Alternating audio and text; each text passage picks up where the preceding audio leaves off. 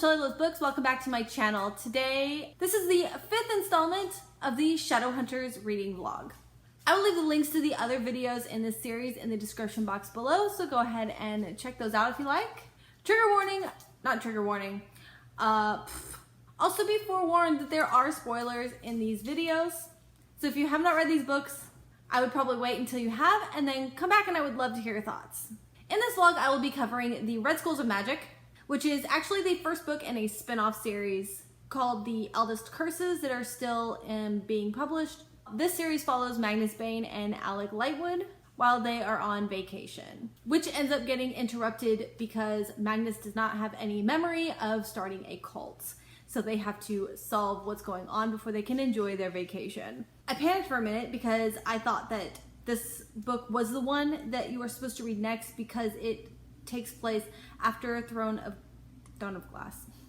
City of Glass and overlaps into City of Fallen Angels. But then I was double checking this and watching the video, Emma's video, and she puts it later down in the list to read in order, and I was like, oh no, but actually it's totally fine that I read it now. I don't think I spoiled anything for myself. After this, except I could potentially be a little bit lost because you're supposed to read Bane Chronicles.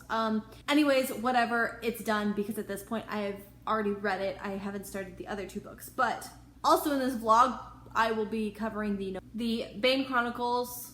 So let's go ahead and get into it. I hope that you enjoy this.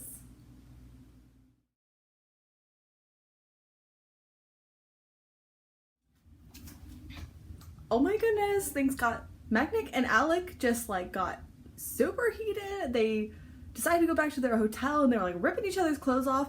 And like, we just started this book. Don't get me wrong, I'm thrilled to see Tessa, but like her timing is terrible.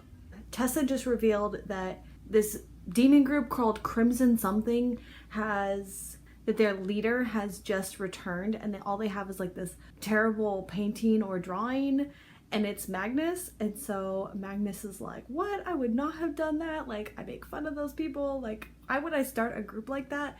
But then he realized that he's already thinking that like his memories were taken away from him. So somebody was fucking around in his head and took his memories. So the Red Scrolls of Magic is a magical book, and they've gone to the Shadowmarket to try to find it. So this is really cool. I know that there is another book in the series called the Shadowmarket with Brother Zachariah. This is the first we've heard of the Shadowmarkets. This is the one in Paris because this is where this book takes place. I can't remember if we heard about the ones in London from TID, where Will would go to get Jem's medicine, or did he just go to some bar and he had a connection at a bar? I think that that's what it was.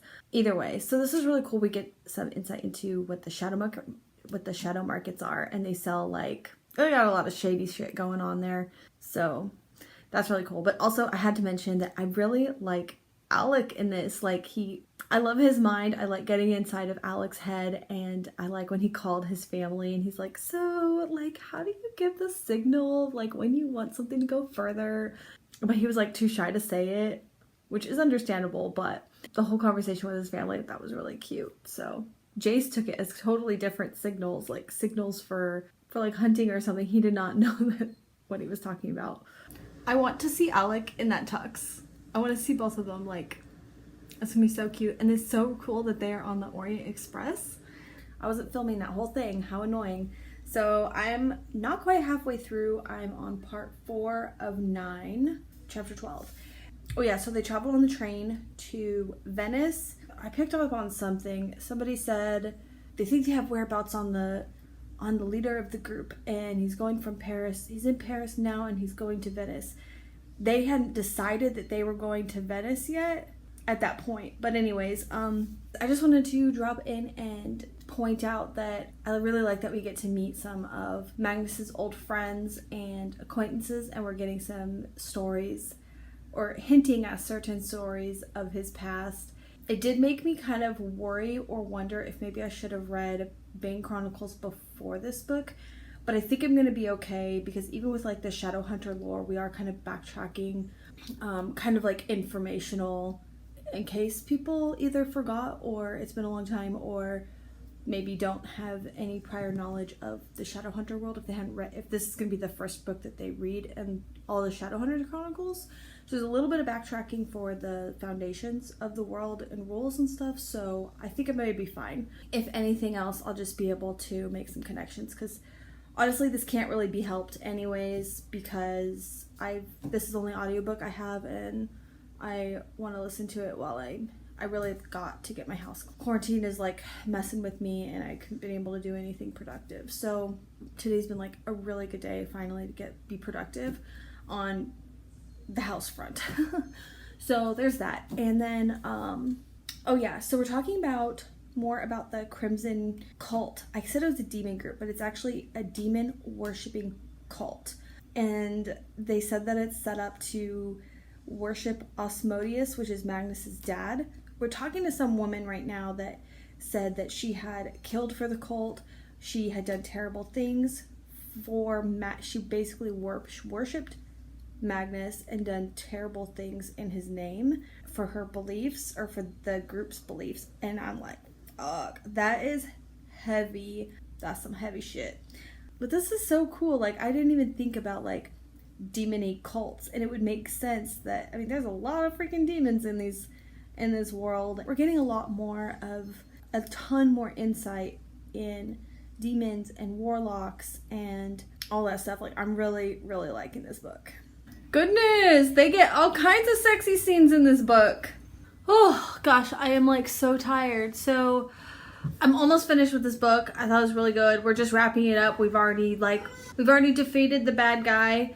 Got some insight into who his dad was, his past of when Magnus was trying to find out who his dad was and what happened to his stepdad and what he did to him, and that was all good. I thought it was a little bit too, I don't know, maybe it wasn't too convenient. Well, we see Helen and Aline there as well, and they team up with Alec to save Magnus, and that was really cool. We have a lot of talk about like Helen and Mark and what it's like to be part Fae. Helen and Aline, this is like when they first meet, and so like sparks are flying, and it's really cute because all of a sudden in City of Heavenly Fire they're just dating. So in this book we actually get to see when they first meet, so that's really cute. What else? There's also more talk of like what it's like to be gay in the Shadowhunters world, and also a really interesting talk about Alec like also remembers back to the conversation that he had with his dad when he first came out and told his dad that he was gay. That didn't go over so well. There's like just a lot of really cool like references and stuff in this book. I thought it was really good. I'm excited. I am looking wrecked right now. I'm like, looks like I got punched in the face. Anyways, that's all I want to say. I'm really close to being done. I really don't think there's anything else that this book is gonna say or do. Oh, there was one last thing, is like Helen, Aline, Alec, he's starting to see everything that he grew up believing about the clave, and the law is hard, but you must follow the law. But then also he sees all this injustice, and like, I don't like the rules the way they are. And he especially, like, it's not cool to be gay if you're a shadow hunter. And, you know, he sees his friend Aline and Helen, and like sees that too, and says like, it's not just him, there's other couples that are not free to be themselves and looked down upon. He's like, I'm not cool with this. Why does it have to be a certain way? We're still good shadow hunters just because I want to be with somebody else. And I really like that, where like, it's up to us to change the laws and change what it is to be shadow hunter and things like that. And I'm like, you're right. Like, they can change the way things are. They're the next generation. They're, especially like Alec, he's learning to have kind of sort of, is he being groomed to be like his dad and have like maybe an inquisitor or be the head of an institute? And he's like, no, I don't want to be the head of an institute. Like, I want to go higher so that he can change some things. I'm like, this is so cool. I like this. We will see what that means for the laws of shadow hunters in the future. So, all right, so I have started the Bane Chronicles, but I will be tackling this a little bit different. Because it is a short story collection, I just feel like it's different to just read it all in one sitting. So I'm going to be breaking it up with some other things that I really want to get read as well. I'm kind of making a goal to at least tackle one story a day, preferably at least two. And I have flagged this here. So even if I did one a day, I'd have it done in like 10 days, or I'd have it done in a week if I could get 2 read a day. But other reading that I'm doing is I'm reading Truly Devious. I just started this yesterday as well. I also just finished Dead Poets Society this morning. I didn't have that much to go on that one. And then also for the DA book club, we're supposed to be reading Ninth House. I was kind of on the fence if I was going to get to read that. I think I am going to get to read it though if I continue doing what I'm doing. And Tales of the Shadowhunter Academy, that is also another short story collection, so I think I'm going to follow the same. I'm going to do the same thing and kind of break up the stories. I read the first story last night called What Really Happened in Peru. Let's move this back just a little bit. It was really interesting to see all the different times that he traveled to Peru over the years, and his traveling companions are Ragnar Fell and Katarina Loss. It was really fun to see their relationship. We know that he's known them for a really long time, but here we actually get to see it. Like, they were a really close-knit group, and it's really cool. They would get into a lot of trouble. It's also kind of cool to see this fun, carefree side of Magnus Bane, where he like wants to try all these new things. He's just accepts life on a whim and does these wild things. It's like most of us in our teenage years where I don't really know. There might not be a whole lot to reflect on each of these stories because they're mostly just for fun. And the whole purpose is just to get to know our favorite warlock a little bit better. Just a few things I wanted to point out that I really liked is it's really funny. There's some just random things. For instance, the beginning of each of these is a little bit of a comic that shows some of the story. So this is only just one section of the story where he's learning to play an instrument. He wants to get to know this guy better, and so he takes music lessons. And he's absolutely wretched. Everybody wants him to quit, and that's where the llamas come in. They're like, I thought that whole thing was really funny. Also, in the first section, 1971, Magnus becomes a pirate, and he accepts a job, a cargo ship full of guano somewhere, wherever he was supposed to go. It didn't actually happen. He didn't get paid. I guess they sunk the ship. But I was like, guano, really? What is somebody doing? I'm assuming it's bat guano. That's the only kind of guano that I know of. But like, why? I don't know. They didn't expand on what they're supposed to use it for or where it's going. Either way, it didn't work out. But he basically works with the pirates. Back in City of Heavenly Fire, Katarina calls him a pirate. And I knew then, I was like, she's going to be in this series, or this book. She's going to be in this book. At a different trip, they all sit around and have a conversation about what it is to be a warlock. Like their childhood, their birth, what that meant for them. Magnus actually has it pretty easy. Katarina has blue skin. She was born that way. Ragnar Fell, same story. He has green skin. He was born that way. Their mothers knew, obviously, when the second they were born, something's not right. And one of them, I think, they tried to just dispose of him. Like, it's just really sad. Magnus, on the other hand, doesn't develop his different looks until he's a little bit older, but he still has a hard time of it. They all get to kind of share their stories, and we get to see their stories. They all kind of share. It was just interesting that they could all have a similar understanding, a shared experience of also what it's like to have a demon as a parent. I really love the last story where he meets Kitty, who is this con woman, and her parents are just like ridiculous and totally offend him. She was just mortified and embarrassed, so he's like, hey, like, want to run away? And she's like, yeah, okay. So as soon as they're running away, she's like showing off like that she just is a con artist and she steals. And so they have a wild summer of debauchery and thieving. That was a funny story. Mostly I love how this story ended because he's like backtracking, trying to figure out why he got kicked out of Peru to begin with, and he never found out. So the second story was The Runaway Queen, and it takes place in Victorian France. And this is the one where Magnus Bane actually helps Marie Antoinette. The only reason he helped her was because of a handsome young man who was a soldier and I believe he's just a mundane. I thought that whole thing was pretty funny. The guy didn't end up being gay, but Magnus had an attraction to him and let the guy like string him along for quite a while. Honestly, this story was not my favorite. It kind of just was a funny story. Also, I could totally picture how Magnus loved all of the fashion of that time and place, because he had the freedom to dress with crazy wigs and makeup and everything goes. That was probably like the best part of it. The third story is called Vampire Scones and Edmund Herondale. This story was really good. I feel like it actually added to the plot quite a bit. It takes place in London, 1857. I keep forgetting the date that TID happened. But this was before that. This was before Will, Tessa, and Jem. And at that time, Morgenstern was a consul of that institute, or of the Clave. They were hosting accord meetings, and they did not go well at all. Like, it was actually pretty disgusting. In fact, this is the time when, in City of Heavenly Fire, they mention a story where they threw away the dishes because downworlders used them. This was that time, kind of making that connection. Magnus meets Edmund Herondale, though, and makes friends with him. He's probably the only one of the Shadowhunters that Magnus liked, because Edmund didn't seem to have a problem with the fact that he was a downworlder or anything. He was very Jace-like in his manner. So this has to be Will Herondale's father, because he falls for a mundane and they strip him of his marks, which this is the first time we have heard what that process is like. This is the first time we've actually met a Shadowhunter whose marks have been stripped.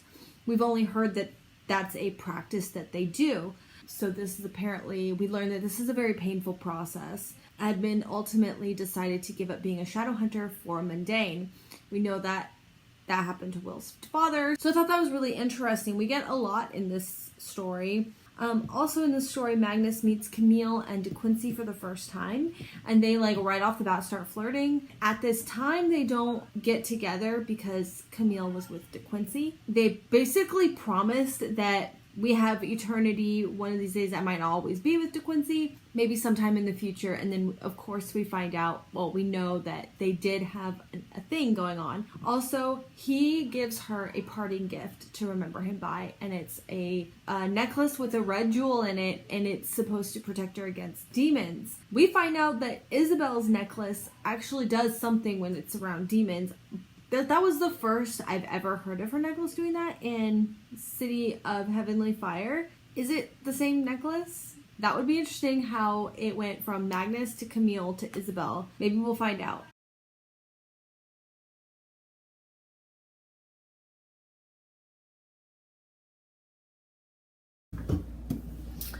Alright, let's update Bane Chronicles. I have read some more of this, actually. What page am I on? I only have 4 more stories to go, so I don't actually remember where I left off before. I know I read like 2 stories and updated, 2 stories and updated. Well, I just read 3 stories. I read Rise of Hotel Dumont, Saving Raphael, and then The Fall of Hotel Dumont. So they all kind of go together, so I figured that we'll just talk about them real quick in one. Honestly, it took me a while to kind of get back into reading this because I read Ninth House and I was kind of trying to bounce back and forth. Ninth House was a little bit of a slog going through, but then I just did not feel motivated to pick this up for a while. I don't know what my problem is with it. Like, it's good. These 3 stories were good though. They each added something interesting. The Rise of the Hotel Dumont was basically about how Magnus is in New York and he's running this like speakeasy, so we get to see that little bit of history, which was really interesting. Also, there is a vampire, Aldous talks, so it offers a little bit of us to learn about how a vampire has gone mad, his eternal life. So there's a little bit of talk about that. That's interesting. In 1929, the economic collapse, and how people were literally jumping out of windows, committing suicide because they were just so devastated. The world is ending in their eyes. And Magnus is over here like, what did he say? He said something like, what did he say? Nothing's permanent, but he does have a friend who is on the brink of the same fate. So he does go and intervene and helps this friend from committing suicide. We talk a little bit more about this whole concept of like, hey, I've been around a long time, like it's not the end of the world. There's other things to live for. You can rebuild and nothing is permanent. And so it offers that perspective. I really like that. The next one is Saving Raphael. We move from 1929 to 1953. The vampires have taken over Hotel Dumont. Yes. Hey. Back to Saving Raphael. The vampires have taken over the Hotel Dumont, and I guess back in the other one, the previous story, Magnus is talking about how this hotel is, I guess he really like thinks this hotel is beautiful and things like that. But now the vampires have moved in, so he wishes that humans would actually come in and do something with the place. So there's that. He runs into a woman. So back in City of Heavenly Fire, we do actually hear the story about how it was Raphael's mom that asked for Magnus's help in finding Raphael. But here we get the full story, and by the time Magnus finds him, it's obviously too late. But what we don't find out in City of Heavenly Fire is that he has taken Raphael under his wing and they are like housemates, and you get to see a lot of Raphael's personality, and it's so funny because he's just so curt and he's so like, the things that he says are so rude. But by the end of that story and just kind of knowing a little bit of what we know of Raphael now, like he's always been that way, he always talks that way, and I feel like a whole different feeling towards Raphael. Like I like him even with his rude remarks. I don't know, it's kind of endearing in a way, and like to have someone so brutally rude be endearing, I don't know. It's funny. Also, Raphael brings up something pretty interesting. They were talking about the Shadowhunters, and things are starting to go a little bit awry with the vampires killing too many humans, and they're starting to get a little bit nervous that Shadowhunters are gonna come shoot first, ask questions later. Raphael is like, well, why should I like Shadowhunters? Because they didn't do anything for me. They didn't save me. You can see where his hatred for the Shadowhunters starts out. Also, he's pretty interesting and smart young man. Like he's only like, what, 14? He's 15 years old. And he waltzes into the Hotel Dumont and he's just like making orders just because of he's so curt and so honest. He just says what's on his mind, and he commands. He's got the audacity to just say it, and so he kind of just commands respect right off the get-go. You know, he's very confident of himself. Like you have to love that about him. But I guess finally Raphael makes a decision that he's gonna go meet up with Camille, and I guess within a year, what'd they say? Raphael's second in command. He obviously makes a really good impression, but he's like right off the bat, he's like, well, I guess I should go be with people of my own kind. And it's just like, he's just very sure of everything, and I guess I just really like that. It's refreshing and it's interesting and unique character development there. What I really, really liked about that is that, as we see from Simon's perspective, his mom just could not deal with the fact that her son was a vampire, and even more so it would have been worse for Raphael because they're very religious. So Magnus helps him come up with the story that, hey, I found your son, but in order to save him I had to make him like me, so he's now this sorcerer. That would have been a lot better to stomach and accept than her son was a vampire, so he could still have a relationship with his mom. Magnus didn't just help him out, he really saved his relationship with his mom and his family. That is why their bond is like so close, and like they couldn't actually hurt each other out of respect for everything that Magnus had done for him. So that was really cool. I really liked that. Last story that I finished up was The Fall of the Hotel Dumont, 1977. This one's kind of interesting. Not my favorite, just because, you know me, the whole drugs, rock and roll, all that kind of thing, substance abuse, I don't like it. Basically, Magnus leaves London, comes back to New York, and Raphael is missing. Well, he's not missing. He was like sent away by Camille. Camille's let the vampires run amok, and he comes home to his place. There were some vampires squatting in it, but there was something wrong with them. And then he also talks to the wolves. They also confirm like the vampires, like there is something seriously wrong, like they are sick and they are feeding like crazy, like what is going on. Also, they're going to attract attention from the Shadowhunters, and like that's, nobody wants that. So Magnus and the wolves kind of pair up and they try to figure out what's going on, and they figured out there's so many drugs on the streets of New York that if the vampires took drugs themselves, it would have no effect. But since they are feeding on humans who are under lots of drugs, it's making the vampires sick and addicted. This one was actually a lot darker story. He meets up with Camille, and Camille has a total mental breakdown. So he gets her and helps all the vampires dry out and basically detox. But then he goes to Katerina. So he asks Katerina to take some memories away, mostly centering around Camille because it was too painful, because he loved her, but also because like I could totally see that. Because this instance with Camille, that was bad. That's not something you want to remember. So that was really interesting.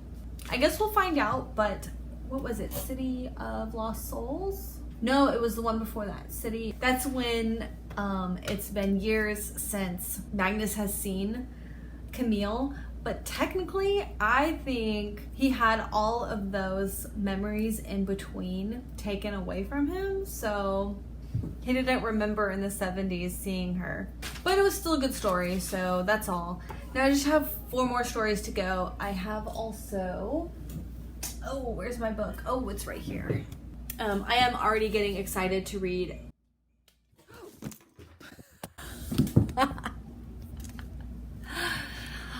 That was interesting. Just dropped my whole thing. I have it propped up on books right now. We're gonna wrap this up really quick, but I am really excited to start this book. I cannot wait, but I have to finish the other one first. I've already spent the time to tab up all the different stories.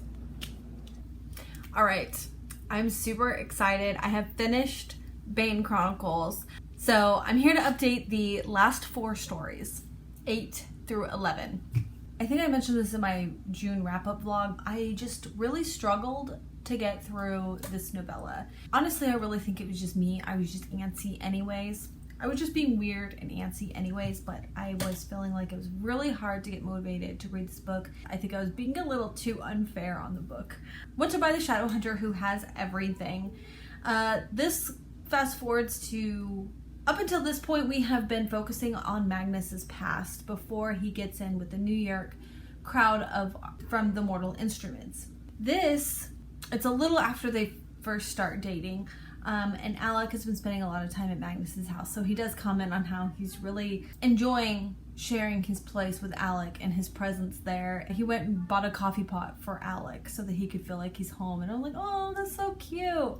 It's Alec's 18th birthday coming up, and he starts asking all of his friends, Katerina and Ragnar, what he should get Alec for his birthday, because he doesn't ever know that he likes anything except for weapons, and he's already got a bunch of weapons, and he doesn't feel like he literally says, I don't think nunchucks are giving off the message he wants to give off. He wants it to be a little something more personal, but then also he's worried about is it too soon to be giving gifts in the relationship? I'm not even gonna lie, I kind of forgot why he was summoning a demon, but he summoned a demon called Elissa. I really don't know how to pronounce that name.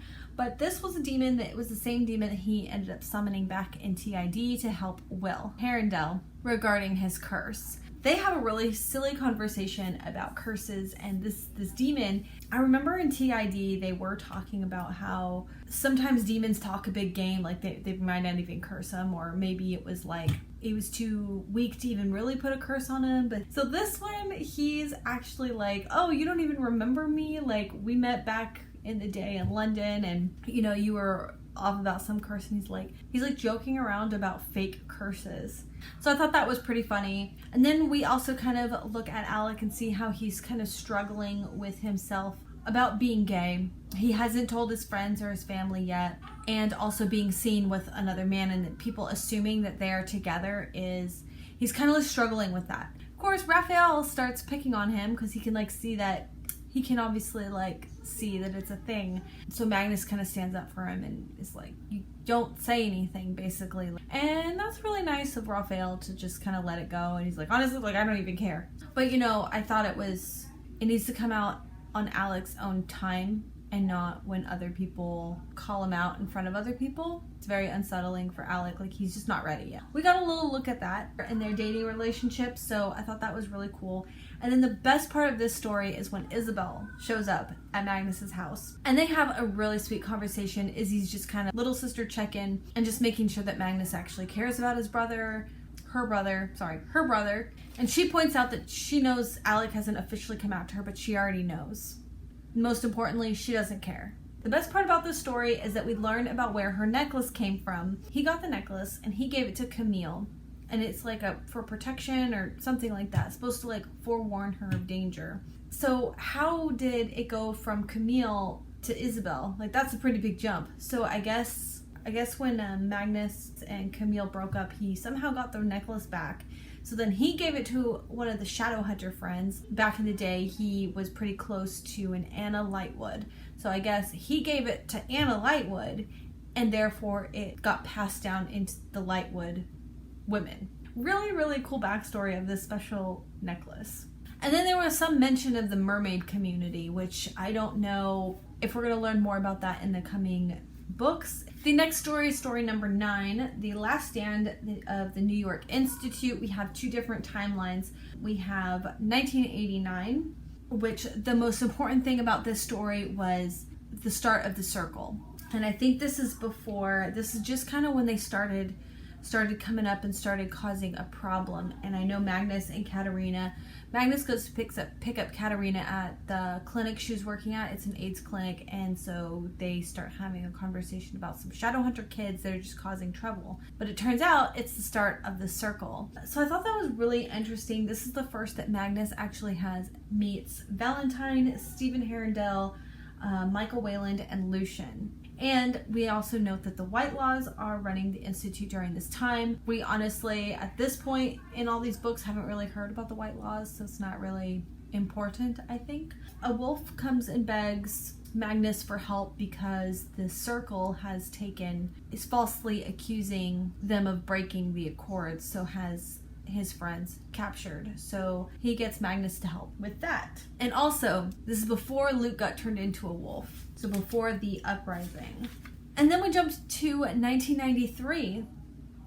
And we have Magnus and Tessa. This must be after the uprising. So Magnus and Tessa are just hanging out, Netflix and chill, or just watching a movie because Netflix wasn't around then. But anyways, Jocelyn comes knocking at the door, and so this is how we know that Jocelyn actually met Tessa, how that all came to be. So she knocks at Magnus's door and she's like begging for help. First, Magnus was going to slam the door in her face, which I think was really interesting, but it actually makes sense now because she was part of the Circle and everything, and like killing off warlocks and any downworlders. So he was like, what are you doing on my doorstep? So she begs for help, and it was actually Tessa who said, Magnus, let her in. Like, I want to hear her story. It was all Tessa's doing, but it did take a lot of convincing, and I thought it was pretty interesting how Tessa like laid into her. We met James Herondale, which is Tessa's son, in one of the other stories, but she also has a daughter named Lucy Herondale. And then also at this time, Magnus's cat is named the Great Catsby, and I thought that was really cute. He has the cutest names for cats. The next story is story number 10, Course of True Love and First Dates, and this is basically just a really sweet story about Magnus and Alec's first date. And poor Alec just is having a terrible time being clumsy and all that kind of stuff, and just trying to like figure out how to navigate this. And just everything about it was just so cute and so sweet and like kind of sexy, and I just love this story. I really loved this story.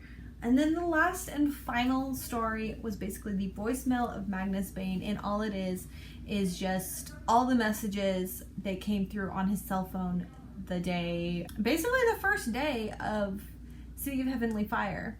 And he was ignoring Alec, and Alec and him had broken up, and everyone's like trying to get a hold of him to be like, oh, what's up with you and Alec? Some of them were pretty funny.